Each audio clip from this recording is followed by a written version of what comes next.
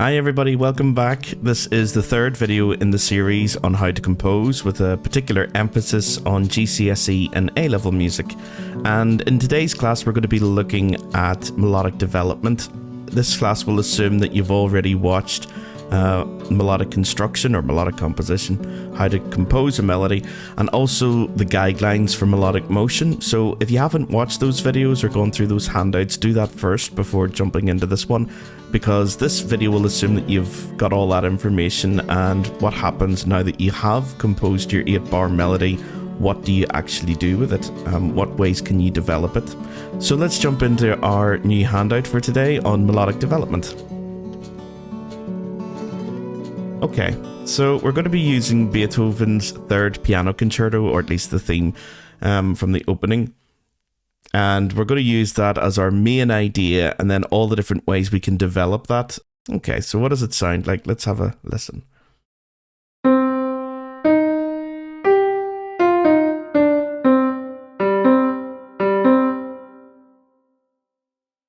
Okay, listen to it one more time just to really let it sink in. Try to remember as much of it as you can.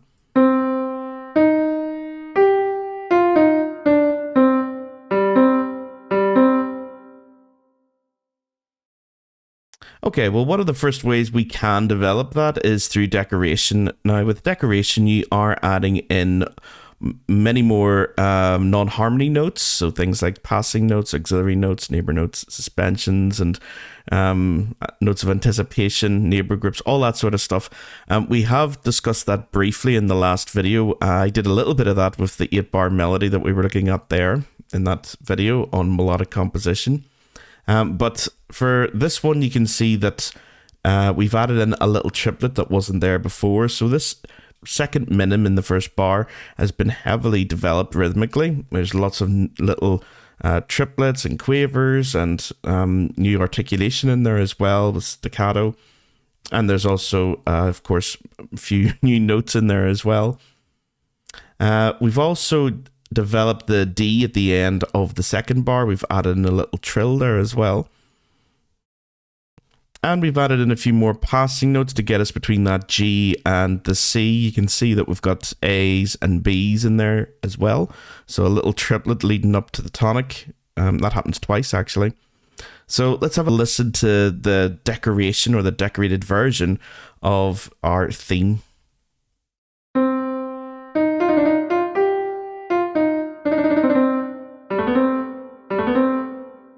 And again.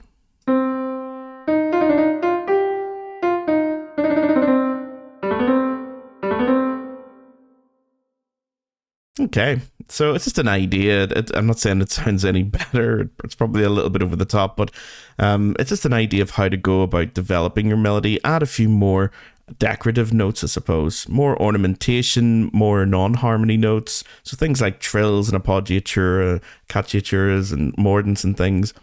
Or even passing notes and auxiliary notes, all of that. Okay, so the next way you could develop it, a very popular way, especially for Baroque music, would be through sequence. And really what we're talking about here with sequences is that you're taking a little idea, probably just a fragment, not the whole melody, but maybe just a fragment of the melody, and immediately repeating it at a slightly higher or lower pitch. Now, the most common way to do that is just a second above or below the main idea. But there are melodies where you might take that idea and have it a third higher than originally, or have it a fifth higher than it originally was. So here, though, we're just taking that first idea. We've changed it a little, that we have now an A flat rather than a G here. And we're now going to treat those first two bars to a rising sequence. So it's almost like the first two bars of the main theme, and then we're taking that and treating it to an ascending or rising sequence.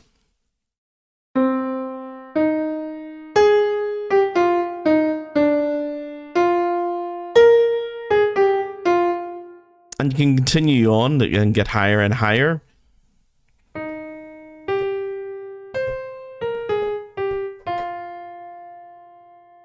You can also treat it to a falling sequence as well. It doesn't have to go up, so you can have it going downwards. Again, we've altered the original melody just a little to make it a bit more interesting. So instead of again going up to the G originally, we had C up to E flat up to G, and then sort of stepwise descending scale there. This time we're just going as far as the F, but we still have stepwise descending motion and also the same rhythm as before. So we have altered it already. We've developed the melody a little bit, but then we're going to treat that to a descending or falling sequence this time.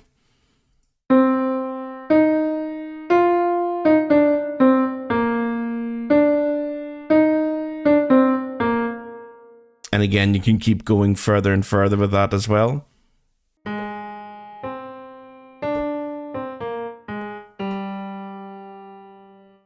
So the whole thing could be something like...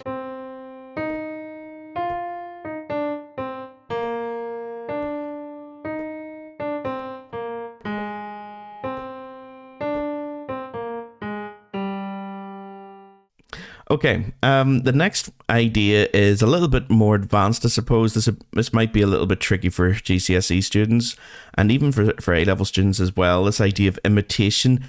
So it's not like repetition or sequence where you're immediately repeating the idea, or you're repeating the idea at a slightly lower or higher pitch for sequences. Here, you're actually giving an idea, and then the idea itself is immediately copied or imitated by another part. Okay, so another part, another voice, or another instrument. So you can have that here as well. The imitation, you can see, is coming in on the E natural. So the original idea that we have here is this G up to B flat up to D flat, descending scalic idea as before. But notice that it's not an exact imitation. We're starting on E natural in order to make it harmonize a wee bit better with the melody underneath it. So whenever you're doing these things like, sequences or imitation, it doesn't have to be exact. Same with what the other ones we're going to look at, like augmentation and diminution. You do not need to do it 100% exactly in imitation or in sequences. You can change a little note here and there just to make it harmonize better with the other instruments or the other voice parts. So let's have a little listen then to the imitation. I'll play this one a few times.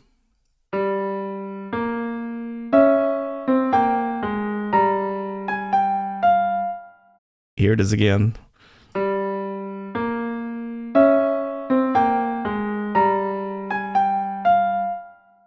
And one more time. So try and really listen in for that second voice part, or that upper part imitating the first part.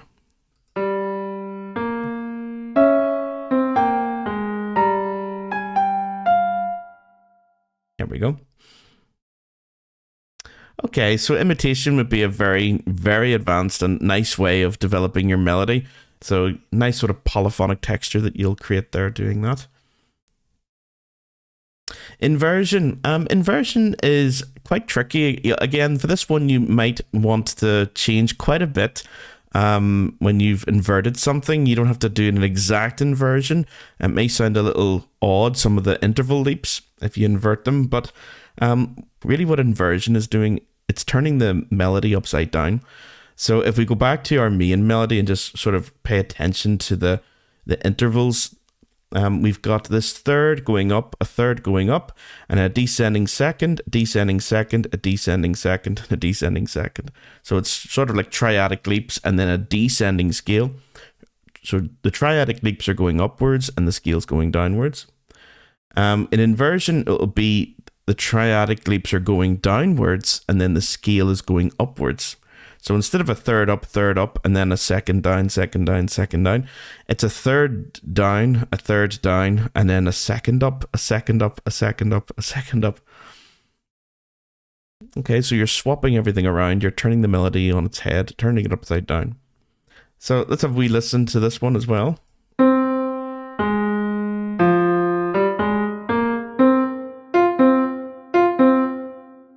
Here it is again.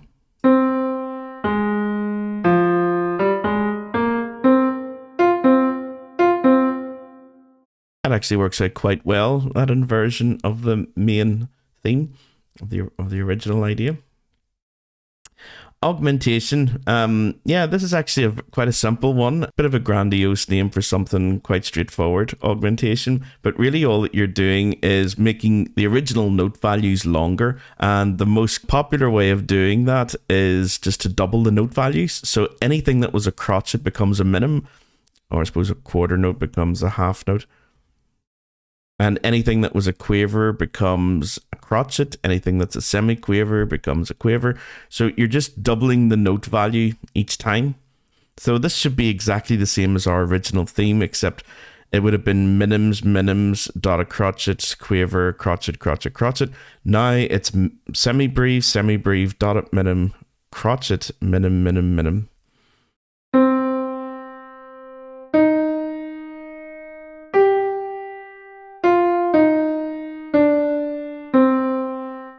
That's kind of a common thing to do at the end of a composition to sort of build up the drama, build up the excitement, is to have augmentation. So that would be a good thing to think about for the end of your piece, the end of your composition. The opposite of that is diminution. Now in diminution, of course, you're making the note value shorter. And again, the most common, the most popular, the traditional way of doing it is just to half the note values. So crotchets now become quavers, quavers become semi-quavers, minims become crotchets, whatever. So it's going to sound, quite fast, but you haven't actually changed the tempo. It's exactly the same tempo as before, but the note values themselves are just shorter.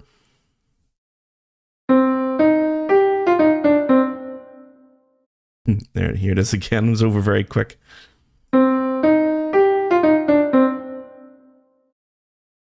Okay, yeah, that might be a nice thing to do, to treat that to like an ostinato, a repeating pattern, to have that happen over and over again. Maybe like as an accompaniment figure or something, when there's another melody or something else going on in the main melodic line, having that going on underneath, like as an ostinato pattern, could be quite nice. And of course, speaking of ostinatos, if we go over the page, yeah, so ostinato, the Italian for obstinate, or something that's quite stubborn, it'll just be like a pattern that repeats over and over again. You can have a rhythmic ostinato, or harmonic ostinato, or even a melodic ostinato as well. So here you can see in the ostinato, we've taken a little fragment of the original melody, and we're going to be treating that to an ostinato, or just a repeating pattern. So just like repetition, but you might just want a little bit of it. You don't want to repeat the whole 8-bar melody. So here we go.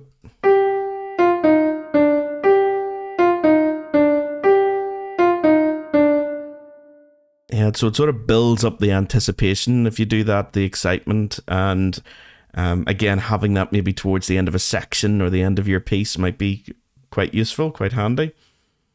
And of course, syncopation, again, sort of like a rhythmic development that we have here.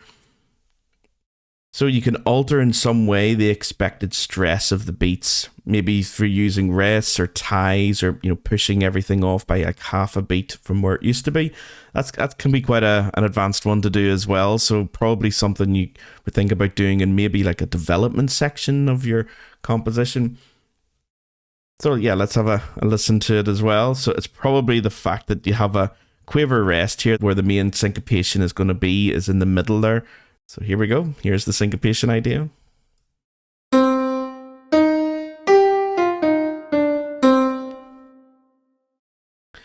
Okay, so if we zoom out a little, those are the main, I suppose, ways of developing your melody. Syncopation and ostinato patterns are quite handy, quite useful.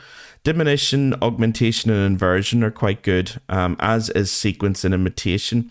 But imitation's quite a tricky one to do. It might take a lot more effort and time as well, and you might be short on time when it comes to composition. So depending on how much time you have, or how advanced you want, or how far you want to go, you may not have the time to do the imitation. Sequences and inversion and augmentation and diminution should be relatively straightforward. What you probably could do, I would recommend all students to do this, in fact, is once you've got your 8-bar melody, I would highly recommend actually putting it into something like Finale, Sibelius, or MuseScore. I just use MuseScore because it's free and I find it very easy to use. But put in your 8-bar melody, notate it using some notation program, and then open it up in another document and save it there. and then start developing it in that document itself. Once you have it in the document and you start treating it to development, you can always go back to that document and copy out your sequence or your fragmentation or your diminution, your augmentation, whatever you want, and just transfer that into your score. So it means you don't have to keep working out what the sequence would be or what the inversion would be of your melody or the augmentation. So I'll show you some examples from previous years just to give you an idea of what I mean. Okay, here's an example from GCSE music from 2020 where the students were given a stimulus to use for their composition. So they could have a melody, a 4-bar melody, or a 4-bar rhythm, or a chord progression, and they had to use one of those somewhere in their composition. So what I told students to do was, okay, once you've got the 4-bar melody written out in MuseScore or Finale, whatever they were using, go through it and treat it to augmentation, diminution, fragmentation. Well, there's a bit of repetition going on in there if you keep doing that. Sequencing, descending, and of course you could have it ascending as well, going up, rising, inversion, and even retrograde, playing the melody backwards, which creates some unusual movement. We'll get to that in a little second. Okay, let's have a listen to it first just to get an idea what it sounds like. Here's the original melody that the students were given.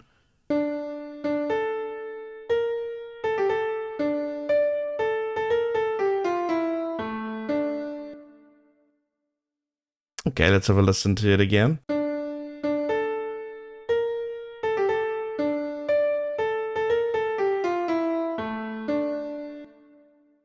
Okay, let's treat it to augmentation, just doubling the note values. So obviously it goes from being a 4-bar melody to an 8-bar melody.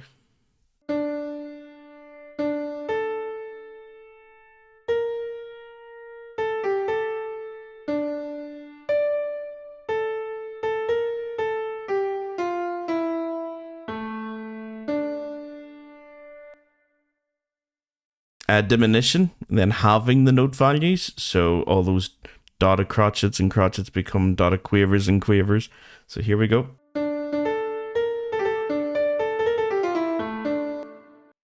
Our fragmentation, just taking a little interesting or a little bit of the melody that you think is interesting and take that out of context, and maybe you may want to repeat that. So fragmentation and repetition here.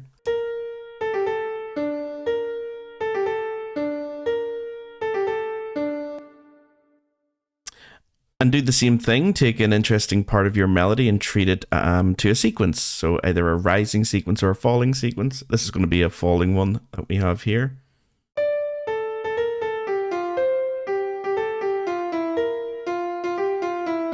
Okay, yeah, so sequence actually sounds quite nice for that part. The inversion, again, we've turned everything upside down. This is the one that sometimes sounds a bit weird. So you may want to sort of tweak a few little things here and there, a few notes, you may want to put them up and down a little just to sort of, make the leaps and make the melody a bit smoother and more traditional.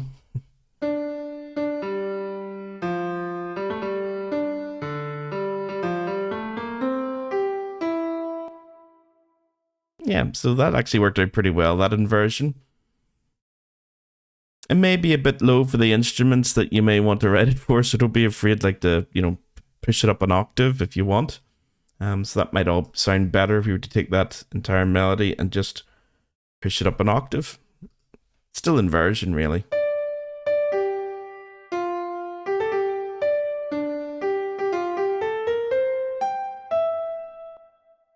Okay. Retrograde backwards. Taking the melody and putting it backwards, I suppose.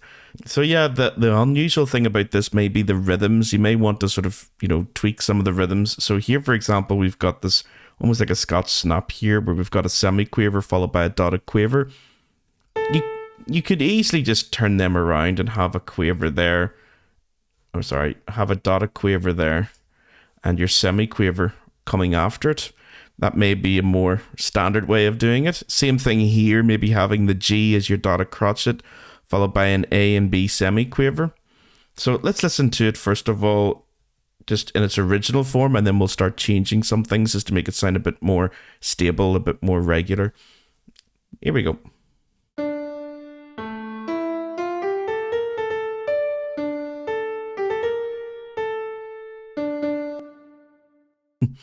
Yeah, so again, as I say, the thing I would do, I would take that semiquaver and make it a dotted quaver and then have the semiquaver after it.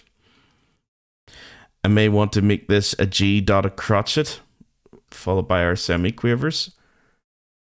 So, we'll just put in our A and B semiquavers. And then again, another sort of Scotch snap here. I may want to make this either the dotted crotchet followed by the quaver, or just combine the two of them into a minim. So let's have a listen to that now to see, do changing any of those rhythms make it a bit more, or make it sound more like a real melody and not just an exercise of retrograde, of putting things backwards.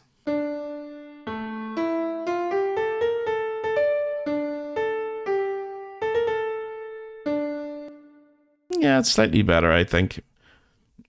So yeah, those are some of the things you should be doing when it comes to development. For GCSE, repetition, fragmentation, or just having the melody played by another instrument, those tend to be the main ways of developing. They're not expecting too much, I think, at GCSE when it comes to like melodic development. But I would encourage even students at GCSE to try out these things in their pieces, because if they ever wanted to go on and do A-level music, it means that the jump between GCSE and A-level won't be as large.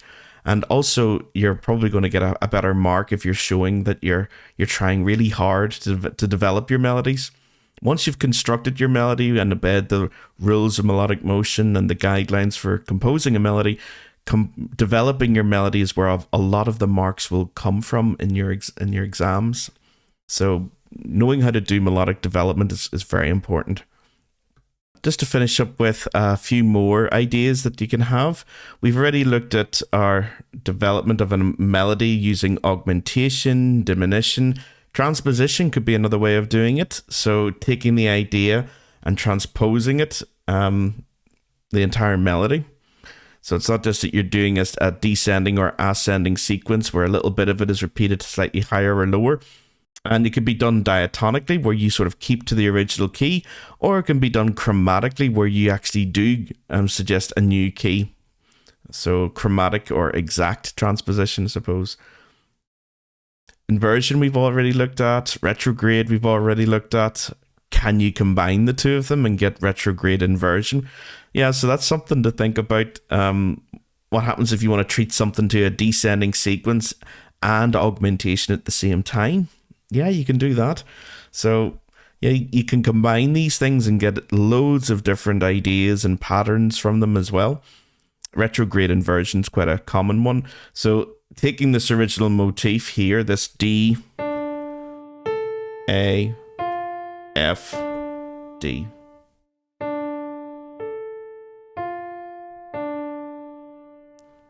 And if we treat it to retrograde, where it's backwards.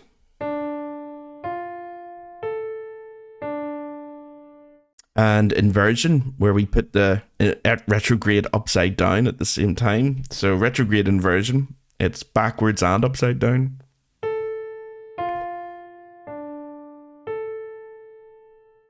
Yeah, so there's so many things you can do. You can change the mode. So if you were in a minor key, you have it a major key, or if you're in a major key, make it a minor key. You can have intervallic contraction, where you're actually making the distance between some of the notes in your melody smaller. So yeah, we saw a little bit of that when we were looking at sequences and things as well in the previous handout. Or you can go the opposite way and have intervallic expansion, where the distance between some of the notes in your melody get larger. So yeah, that's a good one. Yeah, elaboration, we were just calling that decoration in the other handout, where you're adding in ornaments and non-harmony notes like passing notes and neighbor notes and things, or even arpeggiation, chordal skips and stuff. So yeah, that's quite a common way to do it, a very, very effective way of doing it. And sequences, yep, or fragmentation in sequence, take a little fragment and treat that to an ascending or descending sequence. Imitation, we do have imitation here as well between the two parts. Or even stretto imitation, it's almost like imitation being interrupted, where you don't wait for the other voice to finish its melody before another part comes in and imitates it. So I always think of stretto imitation or stretto as interruption. You're expecting imitation, but the other person, the other voice, or the other instrument doesn't wait for the full melody to be performed before they start imitating it. Yeah, so those are all good ideas as well. So hopefully that's given you a little bit more help with how to actually develop your melody. And as I say, the best thing to do at this stage is just to get it all down on paper, or definitely get it down in music notation software like MuseScore, and just have it there ready to go whenever you need to copy and paste any of those bars into your composition. And try putting them on top of each other to see, does the sequence that I think I'm going to put in here, is that going to match, or is that going to sound good while I'm also treating the melody to, say, augmentation? So I can have sequence in one part and augmentation in the other. So we're going to try doing that with our developments as well, and when we start into our composition. So all the ideas that you see here, we are going to be using in our composition for melodic development. Okay, well, we'll leave it there today, guys. And yeah, hopefully that will give you some pointers on how to develop your melody. And as I said before, if you have any questions or you need any further help with this, just leave a comment below in the video. I'll get back to you as soon as I can, and I'll see you again next time.